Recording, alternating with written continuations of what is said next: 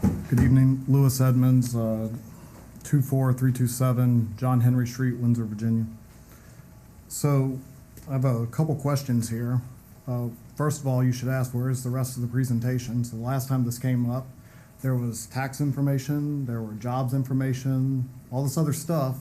So they've reduced the size of this project, and we got a, choose my language carefully, we got a halfway presentation tonight just to kind of push this through, as if all those other things didn't matter in the first place. My mayor, who apparently lives among us, I'm not really sure why he has unilaterally decided that Windsor's going to take over the cost of that. There should be some kind of written agreement. That should be part of what you're considering tonight. This, taking over the cost of running this park, and why the town of Windsor would take on the only non-profitable section of this project. Like, if we were going to annex the whole thing and you want us to take over the park, sure, that's a different conversation we can have.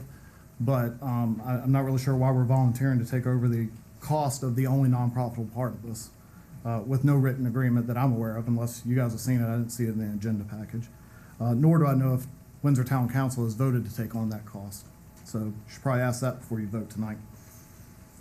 I think a lot of the concerns are still there. Mayor Stubbs said that the developer has listened. That's true. He's listened every time that he's been told no and gets a vote, then he'll come back and he'll listen. So why we're giving him the benefit of the doubt, why we've allowed him to come back before the 1-year moratorium, I'm not really sure. Quite frankly, it's disappointing that we are giving the developer credit for working with people when he's only done it when he's been told no, because he was in front of you guys about a year ago and very simple questions were asked and he was told absolutely not, can't do it, wouldn't be profitable. So how much further can we go? We have no idea.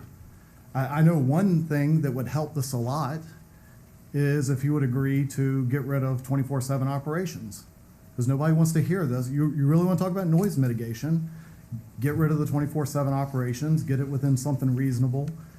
But we don't know whether he'll say that or not unless you vote him no. Then maybe he'll talk about it for the Board of Supervisors and they vote no, maybe he'll talk about it then. So,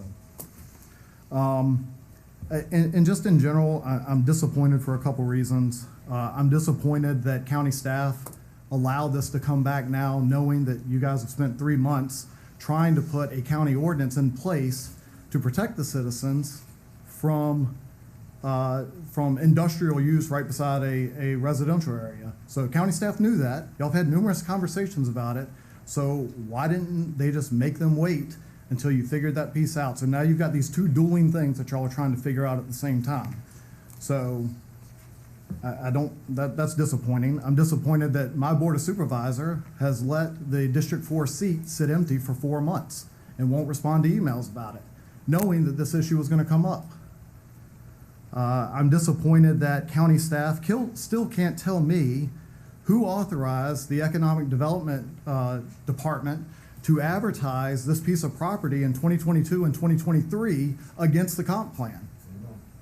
Who authorized that? I have asked, I've tried FOIA, I've tried everything else. I can't get a straight answer as to who told the Economic Development Department that they could advertise this against the comp plan that the Board of Supervisors approved. I'm disappointed that the county administrator, the last time this went up to the Board of Supervisors, decided to selectively leak material from a closed meeting that he had with the Windsor Town Council. I'm disappointed that the EDA gets to keep crying about how protecting the citizens through ordinances, how that keeps seeming to have a voice within its organization that abhors transparency. If they cared about transparency, they either A, wouldn't have their meetings at 4 o'clock in the afternoon, or B, they would record them because they do it in this meeting room and it's easy to do and they could be streamed and then archived. So that's kind of how I feel about it. I don't know that much has changed, and I feel like we're rewarding bad behavior by county staff and the development. Thank you.